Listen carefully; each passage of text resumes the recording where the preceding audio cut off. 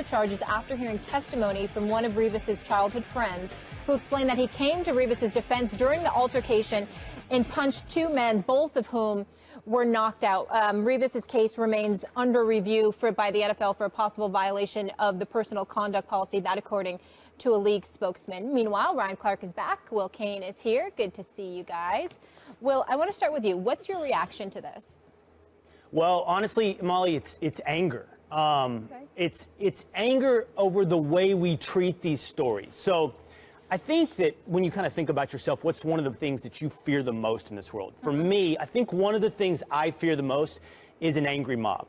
They're largely brainless, thoughtless, they're reactionary. Death, but okay. Well, but the mode of death is a key part of that often. And how do we get on this subject? Angry mob of pitchforks. Now, I'll tell you how going. Because an angry mob of pitchforks, Max, is one we see more often than not. And what I'm angry about is this: the way we treat this story the day that Darrelle Revis is accused and the day he is exonerated. Now, make no mistake, a charge, being arrested, charged with a crime, is simply a fancy accusation. And when someone is accused of a crime in this country, the media treats it as though it's a conviction. We scream the accusation across newspaper headlines. We talk about it on television. And the day that he's exonerated or his charge is dismissed, it's almost nowhere to be found. And it's a complete and utter travesty because there's real cost. And I feel like when I've been on this program, it's one of the themes I've consistently hit on over and over. Accusations are simply that. Arrests are not much more, and charges not much more than that. And one of the areas we do this the most often, quite honestly, is domestic violence, because we treat these accusations as opportunities to show how virtuous we are. I'm opposed to this. This is awful. When we need to tap the brakes for a moment and find out what's true and what's not. And when it comes to Darrelle Revis, his charge has been dismissed. I can't say he's innocent. I know the difference between not guilty and innocent. I give you OJ. But I'll tell you this. We should be talking about the fact that today he has been cleared. We should be screaming about it, in fact. In fact, we're doing it as a topic. And I think you're right. And I think the reason here is conflicting interests. The interest of the individual is their reputation. Forget about before you get to the mob with the pitchforks. It's just your reputation is being sullied unfairly oftentimes. And we all thought that. I think there was a strong reaction in the media that, hey, this is not right to do to Revis. Even though it was covered, there were plenty of voices, including Stephen A. and I. We did a whole segment on this show basically saying, hey, wait a minute, this is doesn't seem very credible to us that he would do something like this, et cetera, et cetera. But the interest of the media is commercial in this instance, at least the short-term interest. Long-term, you have to worry about credibility also and the erosion of this kind of social norms. But in the short term, we want to, grab eyeballs, clicks, sell papers, and if you splash that across the headlines, you are more likely to attract attention in the short run, and that's in direct conflict with the interests of the individual who are saying, I was merely accused. There is a process legally here. Go ahead, Ryan. Well, for me, whenever these type of topics come up, I'm always in a wait and see mode. I'm never in the, okay, let's accuse him of doing these things. Let's claim him guilty before we know. Because obviously, being a football player, obviously just being a human, you get into situations that are broadcast or that are covered in ways that are untrue. And in the end, you're glad he's not guilty, but it doesn't change the fact that it's been covered. It doesn't change the fact that his reputation has been sullied. And no matter what the outcome is, and, you hear Will talk about innocent and not guilty, once this accusation is made, once the arrest is made, you'll never be innocent. Right? The media, the public, the mob will never see you as innocent. Though you may be acquitted, though you may be found not guilty, the talk of the public will be, this is a part of your life. This is a part of your legacy. And it is our jobs to cover it. It is our jobs to talk about it. But this will never go away. It won't be erased. It'll never not be a part of Darrelle Revis's story. Now, moving forward, like he said, listen, I don't want to talk about this anymore. This is in my past. I want to move forward and play football. This won't affect the way people see him as a football player because the film is the film. And like you said, he's now not guilty. But this will always be a part of his life story. I don't have a problem with anything the three of you said because I agree with it and I found nothing to be to disagree with. What I would say, however, is that I'm a bit disturbed that y'all are pointing the finger at the media instead of some other places that you could have pointed it towards. How about the leagues? How about networks? I mean, let's take into account, let's put things in its proper perspective. Whether it's the NFL, it's Major League Baseball, it's the National Football League, whatever the case may be. What transpires is that Joe Public is patronizing the product. So anytime you have any kind of perceived transgression and they perceive it to be something detrimental to the Shield, then ultimately they're going to react. We can go back to the days of Big Ben Roethlisberger, regardless of what anybody thinks. He wasn't arrested, he wasn't indicted, but Commissioner Roger Goodell suspended him nevertheless. He ultimately reduced the suspension, but there was a suspension that took place even though an arrest never occurred.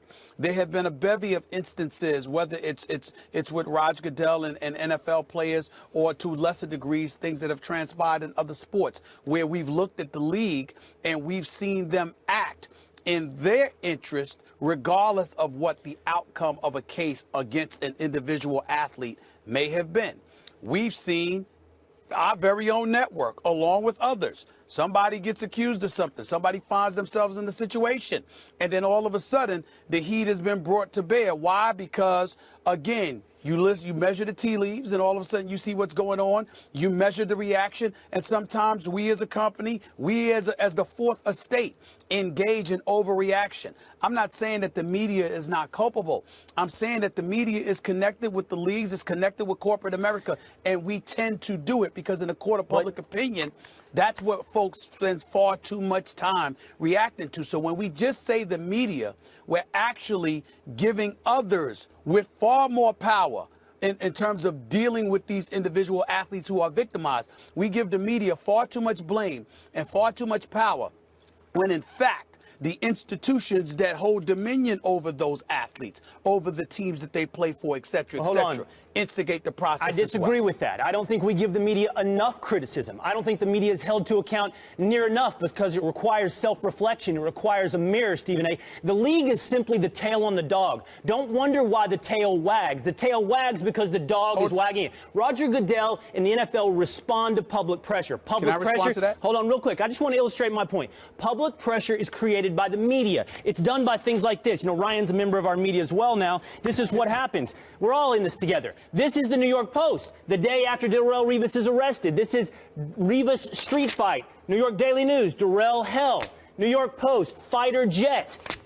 New York Daily News, I'll be seeing you. Jets must get rid of him after latest thing. Now, where is it today? Pick up either one of them today, and you got 3 words in the corner that says Revis charges dismissed. The point is this, Stephen A. Our job is to find the truth. And I'm not indicting you, Stephen A. Smith, or Max Kellerman. You guys did a great job on this show. It's our job at large to have a backbone and try to find the truth, not show how virtuous we are, and then apply pressure on the league. Just find truth. Let me respond directly to that. That last headline, you're right. The first 3 were factually correct. Revis wasn't held. You know the difference. It's 5 inches versus half inch. No. I'm not debating that. I'm saying, but what was written was it was factually correct. That's number 1. Number 2, I would dare challenge you to remind yourself the difference between the media and the blogosphere, because a lot of times the blogosphere. This is the newspapers. This is New York newspaper. In this particular instance, I get what you're saying, but I'm saying for the most part, you're talking about the blogosphere and how the blogosphere throws stuff out there. If you want to blame the media for anything, you can blame the media for reacting to the blogosphere as significantly as it does in this day and age, because you've got newspapers going out of business and trying to stay in business by making sure that they're reacting to the news that's being disseminated. Yeah, but also, let me jump in here, Stephen A. Let me jump in here, Stephen A., because those are tabloids. And what tabloid means, for those who don't know, it just means how big the font is. When the font is over a certain size, it's called a tabloid. Now, why is it over a certain size? Because it's screaming at you. It's screaming at you. By me is what this is saying. By me. That's really what's happening here. And there, of course, so when you say wagging the dog, commerce wags the dog. Commerce wags the dog, and this is commerce. Look, if your argument to me is these are the exception, not the rule, you're going to lose that debate. No, the tabloids have taken over media. This is not just the tabloids. For whatever's online, for what we do on TV, this is the rule, not the exception. My only argument today is find a backbone and tell truth, not just And commerce. you know what? And you know what? There is a market for that. There are destinations in the media where people go for the truth, not just to be screamed at and to be yelled at, and they build their brand and make commerce of that. Even aside from that, here's the thing, right? What happened. You heard Stephen A. talk about these things are factually true. 2 guys were asleep on the side of the street. Darrelle Revis was there. Darrelle Revis was involved in some kind of way, right? Yeah, his man knocked him out. Right. So what happens is you have to, as the media, if we're talking about us, you have to report on that. Now, your opinion and the way you give your thoughts is on you. Right. Well, so if you come on and if you're not claiming Darrelle Revis is guilty right away, you're just saying, here's the incident. Now let us wait. Revis street fight. That's true.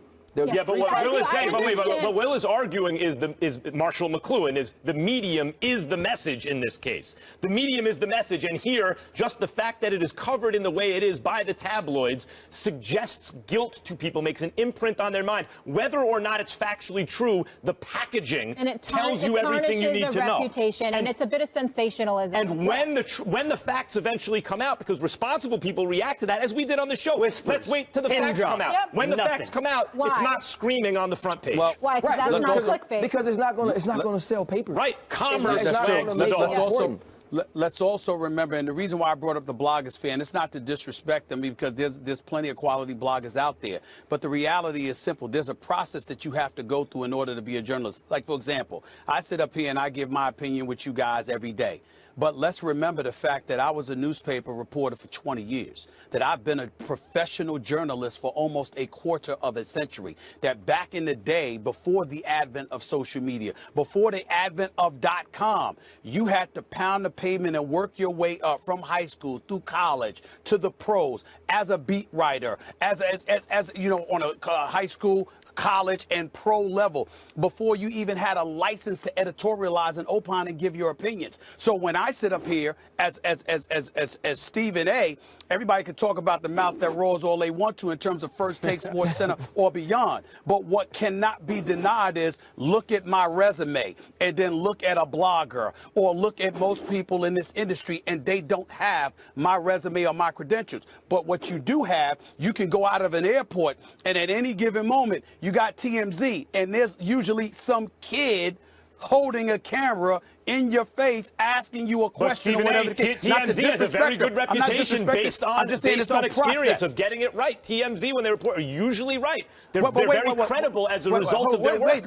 Wait, Mac. Who said they wasn't? I didn't say that. I didn't disrespect TMZ. I'm just making the point that there are individuals out there in the blogosphere and beyond that didn't work their way through the minefield to get to a point where they have the license to editorialize. That obligation has been stripped. The industry has diluted to such a degree that you damn near could come straight out of high school. And if you got a camera or a microphone and you could get a quote from somebody, all of a sudden you're considered an individual that has credibility. That's a bigger problem. And it's far too big to discuss on this show. I appreciate your original sentiment and obviously having the visual with it. But we're doing it. This is a responsible thing to do on the days. No question. But I want to talk about Revis on the field now that he has been cleared. So he says he still has a hunger to play and would love to suit up for his hometown Steelers.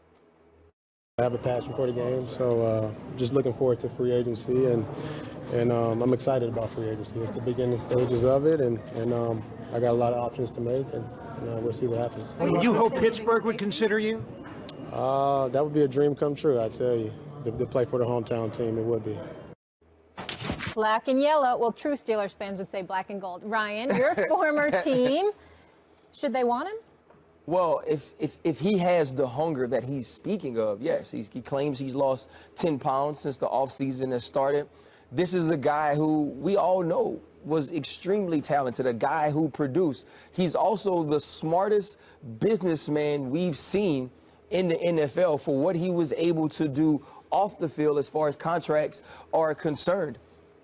Darrelle Revis has a skill set. That skill set is no longer an island, right? He's not the cornerback that you put one-on-one with the team's #1 receiver and expect him to shut him down. But he can do things. Will Darrelle Revis play under a price tag you're comfortable with as a team? Stephen A., I felt like every Monday after the Steelers games, I had to listen to Stephen A.